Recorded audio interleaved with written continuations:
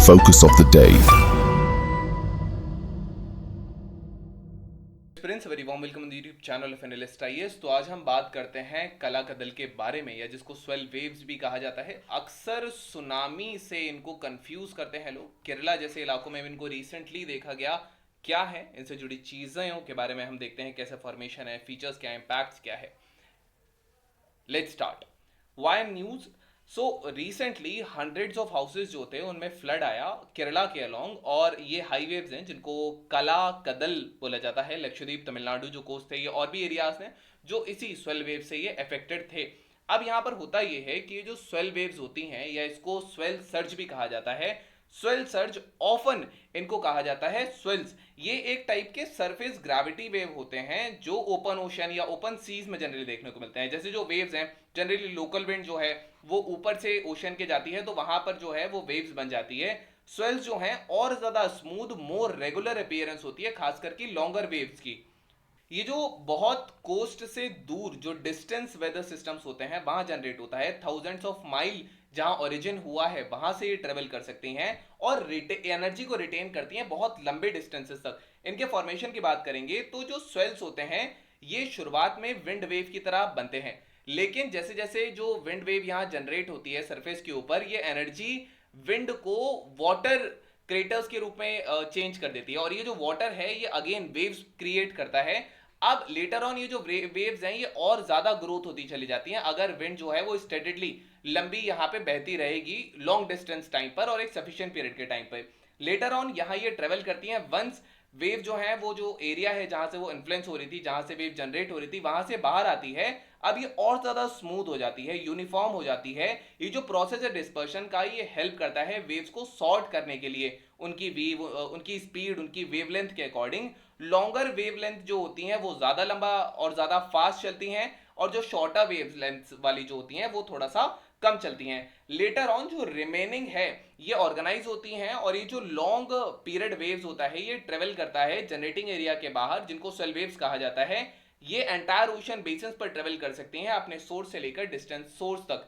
Features इसमें बहुत इनके नैरो फ्रीक्वेंसी होती है, और जो डायरेक्शन होता है वो लोकली जो विंड जनरेट होती है उसी डायरेक्शन में होता है, क्योंकि जो सेल वेव्स होती हैं वो डिस्पर्स होती हैं अपने जनरेशन एरिया से बाहर की ओर, नाउ यहां पे डिसिपेट करती हैं। देयरफॉर बहुत ज्यादा अमाउंट ऑफ रेंडमनेस यहां देखी जा सकती है, ज्यादा डिफाइंड शेप और डायरेक्शन ये ले लेती हैं। यहां जो डायरेक्शन है ये जनरली विंड के डायरेक्शन से डिफरेंस भी हो सकता है, ये यहां डाइवर्ट भी कर सकती हैं। इनकी जो वेवलेंथ है ये रेयरली, बहुत कम मात्रा में, ये 150 मीटर से ऊपर इनकी वेवलेंथ जाती है। स्वेल वेव्स जो हैं ये इवेंट टू इवेंट भी वेरी करते हैं। ओकेजनली स्वेल वेव्स जो हैं वो 700 मीटर लंबी लगभग बनती हैं। As a result most severe storms जो होते हैं वो इनको बनाते हैं। ये बेसिकली बिना किसी प्रिकर्सर के होती हैं या किसी any kind of local wind activities में नहीं चाहिए होती है as a result. Now next जो चीज आती है कि यहाँ पे स्वेल वेव का जनरेशन कैसे होता है।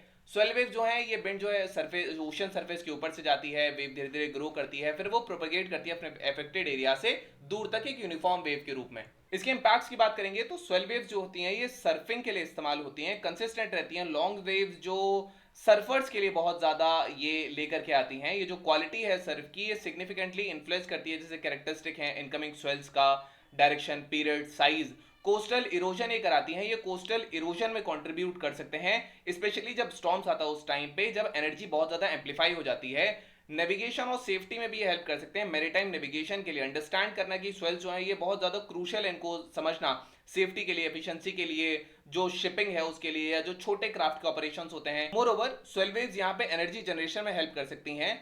ये बेसिकली यहाँ पे जो फोकस ऑफ रिसर्च होता है रिन्यूएबल एनर्जी जनरेशन के लिए, यहाँ पे यूज हो सकता है। जो इनका कंसिस्टेंट नेचर है इसको हार्नेस किया जा सकता है कंसिस्टेंट इलेक्ट्रिसिटी बनाने के लिए। नाउ कलक्कड़ किसे कहा जाता है, तो कलक्कड़ स्पॉटलाइट में आया था जब 2004 की यहाँ पे सुनामी देखी गई थी भारत में, और ऑफन इसको सुनामी से मिस्टेक कर लेते हैं लोग। हाउएवर सुनामी एनॉर्मस जो वेव्स होती हैं उनकी सीरीज होती है, बहुत सारी वेव्स एक सीरीज में आती हैं, लेकिन कलक्कड़ में ऐसा नहीं होता है। और सुनामी अंडर वाटर डिस्टर्बेंस की वजह से आती है, किसी अर्थक्वेक की वजह से आती है। ओशन वेव जिनकी वेवलेंथ केवल 30 से 40 मीटर की होती है वो कलक्कड़ में आते हैं। सुनामीज की बेसिकली लॉन्ग वेवलेंथ होती है, कई हंड्रेड्स ऑफ किलोमीटर्स तक। कलक्कड़ जो है इसको लोकल फिशरमैन इस भाषा में कहते हैं। इसमें दो मलयाली वर्ड हैं जिसमें पहला वर्ड आता है कलक्कन और जो दूसरा वर्ड आता है वो आता है कदाल। नाउ कल्लन का मतलब होता है थीफ एंड कदाल का मतलब होता है सी। मतलब जो ओशन एज अ थीफ आता है, चोरों की तरह आता है, उसको कलक्कड़ यहां कहा जाता है। ये जो इवेंट है टिपिकली ये जो डिस्टेंस स्टॉर्म्स या जो चेंजेस होते हैं एटमॉस्फेरिक प्रेशर में उसका है, जो लार्ज पावरफुल जो स्वेल वेव्स हैं उनको जनरेट करता है, जो ओशन के अलोंग ट्रेवल करते हैं और कोस्ट को इंपैक्ट करते हैं। ये जो टर्म है ये स्पॉटलाइट में है क्योंकि ऐसे इवेंट जो है ये अनएक्सपेक्टेड फ्लड लेकर के आते हैं, डैमेज लेकर के आते हैं कोस्टल एरियाज में, इवन जब लोकल स्टॉर्म कंडीशंस नहीं होती हैं वहां पे भी। तो that is why this is the news. Now Kalakkad versus tsunami अगर हम देखेंगे, वेवलेंथ का यहाँ पे डिफरेंस है, जहां कलक्कड़ की वेवलेंथ 30 से 40 होती है लेकिन सुनामी की बहुत ज्यादा होती है। कॉज में सुनामी का कॉज अर्थक्वेक हो सकता है, अंडरग्राउंड डिस्टर्बेंस होता है। कलक्कड़ बेसिकली डिस्टेंस स्टॉर्म की वजह से होता है, एटमॉस्फेरिक प्रेशर में चेंज की वजह से होता है। सुनामीज को प्रिडिक्ट करना सिस्मिक एक्टिविटी पर किया जा सकता है। कलक्कड़ जो है ये बिना किसी प्रिकसर के आ जाता है, लोकल विंड एक्टिविटी से या उससे आ सकता है। तो ये बहुत डिफिकल्ट है एंटिसिपेट करना, इसीलिए इसको ओशन एज अ थीफ कहा जाता है। नाउ यहाँ Indian national centre for ocean information services है, ये एक ऑटोनॉमस ऑर्गेनाइजेशन है, मिनिस्ट्री ऑफ अर्थ साइंस के अंदर ही आता है।